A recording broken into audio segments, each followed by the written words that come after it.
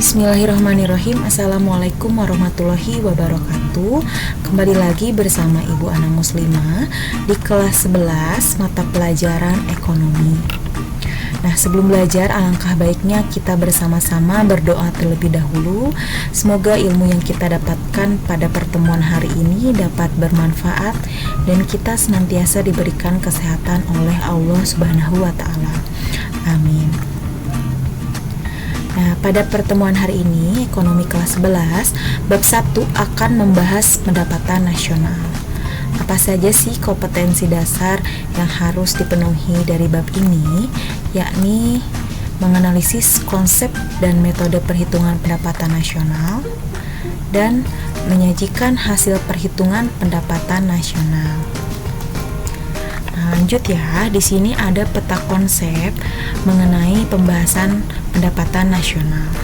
Nah, di sini akan membahas mulai dari pengertian, manfaat, konsep-konsep, pendekatan perhitungan, pendapatan per kapita, hingga pada distribusi pendapatan. Nah, pada pertemuan hari ini kita akan membahas tiga ini ya, pengertian, manfaat, dan konsep-konsep dari pendapatan nasional. Lanjut. Nah, sebelum pada pengertian pendapatan nasional, Ibu minta kalian perhatikan gambar di bawah ini. Nah, gambar di bawah ini ada petani yang sedang memanen sayuran dan ada nelayan yang sedang mengambil ikan. Nah, untuk apa sih orang tuamu dan orang-orang pada gambar di atas setiap hari pergi ke kebun, ke pasar untuk berdagang, ke laut untuk mencari ikan, ke kantor, dan lain-lain? Nah, tentu saja ya mereka berusaha untuk memperoleh pendapatan guna memenuhi kebutuhan hidup keluarganya. Nah, pendapatan tersebut diperoleh sebagai balas jasa atas tenaga yang ia sumbangkan, tanah atau sawah yang ia sewakan, keuntungan dari berdagang, dan lain sebagainya. Jadi sumber pendapatan itu bisa dari berbagai aspek ya. Nah, besarnya pendapatan yang mereka peroleh menunjukkan makmur atau tidaknya sebuah keluarga.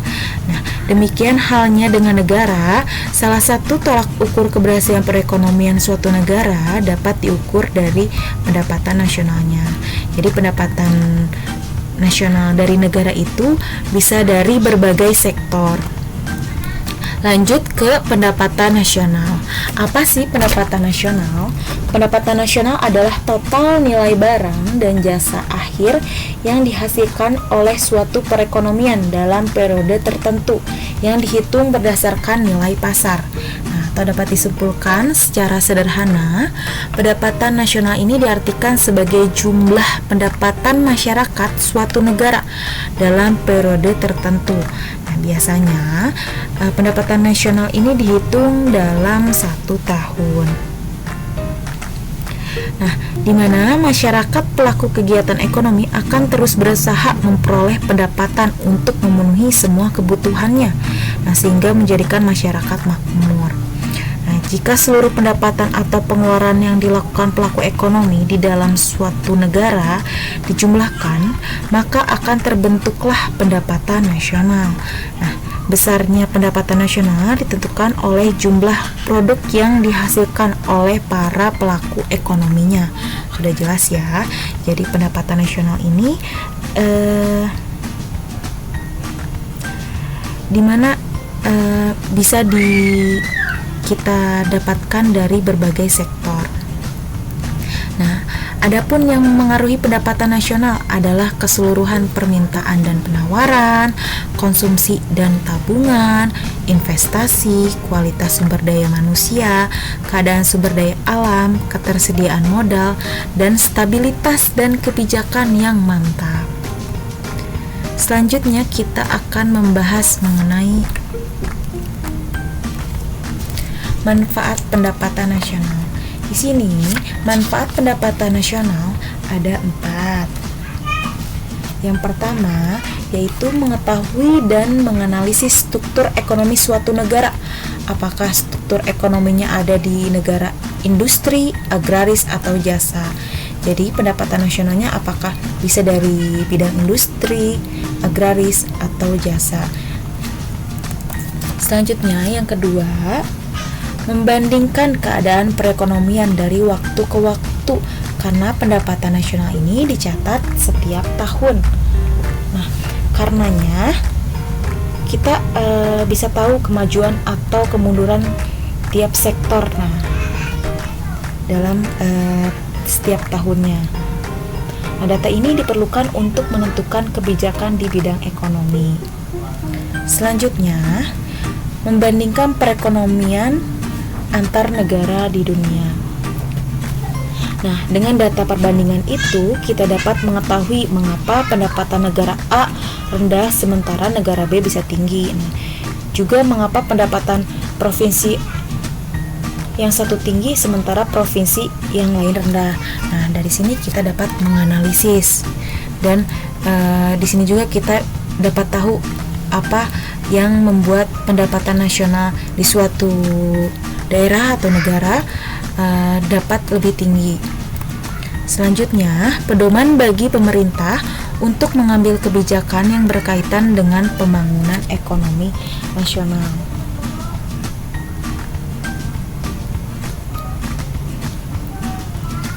Selanjutnya, kita akan membahas mengenai tujuan pendapatan nasional. Apa saja sih tujuan dari pendapatan nasional? Yang pertama yaitu memperoleh taksiran akurat mengenai nilai barang dan jasa yang dihasilkan masyarakat suatu negara dalam 1 tahun. Jelas ya. Jadi kita tahu taksiran akuratnya yang dihasilkan masyarakat dalam 1 tahun. Selanjutnya, ada membantu membuat rencana dan melaksanakan program pembangunan berjangka untuk mencapai tujuan pembangunan. Tujuan selanjutnya yaitu mengkaji dan mengendalikan faktor-faktor yang mempengaruhi tingkat perekonomian dari suatu negara. Jadi kita tahu apa saja sih yang mempengaruhi tingkat pendapatan nasional dari suatu negara tersebut. Selanjutnya, Ibu akan membahas mengenai konsep-konsep dari pendapatan nasional.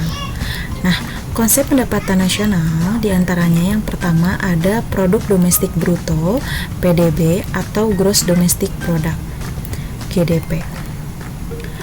Nah, produk domestik bruto merupakan jumlah produk berupa barang dan jasa yang dihasilkan oleh unit-unit produksi di dalam batas wilayah suatu negara atau domestik selama 1 tahun. Nah, termasuk hasil produksi barang dan jasa yang dihasilkan oleh perusahaan orang asing yang beroperasi di wilayah negara yang bersangkutan. Nah, GDP ini dianggap bersifat bruto atau kotor. Nah, di mana GDP ini pendapatan yang dihasilkan oleh penduduk suatu negara yang berada di luar negeri ini tidak diperhitungkan. Jadi GDP ini keseluruhan pendapatan yang dihasilkan dalam suatu negara dalam 1 tahun. Jelas ya. Selanjutnya, kita akan membahas mengenai produk nasional bruto (PNB) atau dalam bahasa Inggrisnya Gross National Product atau GNP. Nah, PNB adalah jumlah seluruh produk, barang, dan jasa suatu negara dalam 1 tahun. Nah, yang meliputi barang dan jasa yang dihasilkan oleh seluruh warga negara nasional, baik yang berada di dalam negeri maupun di luar negeri. Nah, jadi dalam pengertian ini, barang dan jasa yang dihasilkan oleh perusahaan asing yang berada di dalam negeri tidak diperhitungkan. Nah, jadi untuk mencari GNP atau Gross National Product, caranya GDP atau Gross Domestic Product dikurangi dengan pendapatan neto terhadap luar negeri. Nah, di sini ada 2 aliran pembayaran penggunaan jasa faktor produksinya. Yang pertama ada pendapatan neto terhadap luar negeri dari faktor produksi atau net factor income to abroad. Yang artinya apabila hasil produksi perusahaan asing yang berada di dalam negeri lebih besar dari hasil produksi perusahaan nasional di luar negeri, maka akan terjadi pembayaran penggunaan jasa faktor produksi ke luar negeri. Nah, artinya barang yang akan dikirimkan ke luar negeri ini akan ada biaya tambahan. Selanjutnya, ada pendapatan neto ke dalam negeri dari faktor produksi atau disebut sebagai net faktor income domestik. Yang artinya, apabila hasil produksi perusahaan asing yang berada di dalam negeri lebih kecil daripada produksi perusahaan nasional di luar negeri, maka akan terjadi pembayaran ke dalam negeri. Yang artinya di mana barang hasil impor yang masuk ke Indonesia akan ada biaya tambahan. Selanjutnya, kita membahas mengenai produk nasional neto atau net national product, NNP. Nah, NNP adalah nilai pasar barang dan jasa yang dihasilkan dalam 1 tahun. Nah, cara menghitung NNP yaitu PNB dikurangi dengan penyusutan atau produk nasional bruto dikurangi dengan penyusutan. Nah, penyusutan di sini artinya penyusutan barang-barang yang digunakan dalam proses produksi atau barang modal.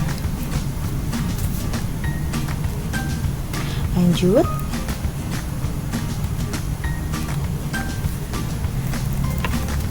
Di sini ada pendapatan nasional bersih atau net national income.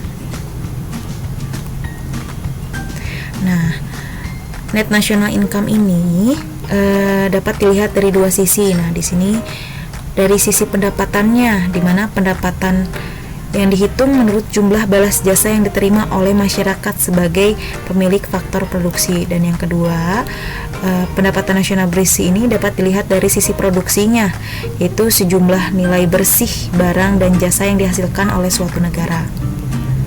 Nah, untuk mengetahui besarnya NNI atau NNP, yakni NNI sama dengan NNP dikurangi dengan pajak tidak langsung. Nah, pajak tidak langsung di sini adalah pajak yang pembebanannya dapat dilimpahkan kepada pihak lain nih. Misalnya, pajak pertambahan nilai atau PPN dan pajak penjualan atas barang mewah atau PPNBM. Selanjutnya, ada pendapatan perorangan atau kita sebut sebagai personal income. Nah, personal income adalah seluruh pendapatan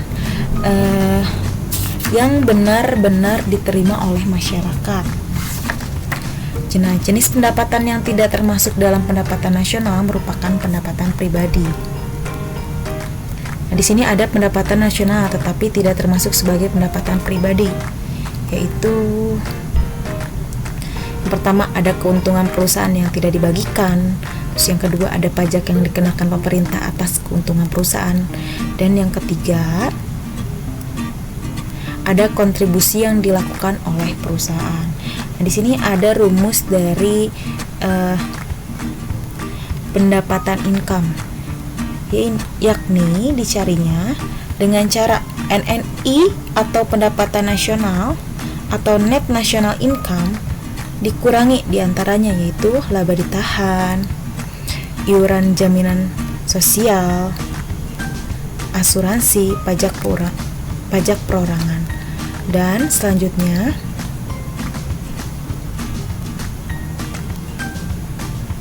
ditambah dengan transfer payment.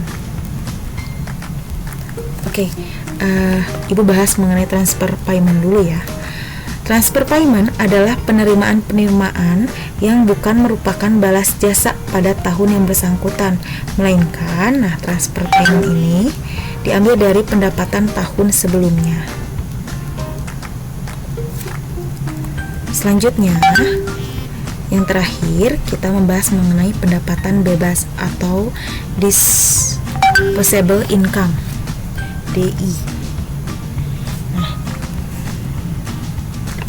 Apabila pendapatan pribadi dikurangi oleh pajak yang harus dibayar oleh para penerima pendapatan, nilai yang tersisa dinamakan dengan pendapatan disposable. Nah, dimana pendapatan disposable adalah pendapatan yang dapat digunakan oleh penerimanya, yaitu semua rumah tangga yang ada dalam perekonomian untuk membeli barang-barang dan jasa yang mereka inginkan. Gimana sih cara mencari disposable income? Yakni PI atau tadi yang sudah Ibu jelaskan, personal income dikurangi dengan pajak langsung. Nah, mungkin cukup sekian materi hari ini. Semoga bermanfaat. Apabila ada pertanyaan, bisa langsung dikontak atau bisa ditanyakan langsung kepada Ibu. Terima kasih. Wassalamualaikum warahmatullahi wabarakatuh.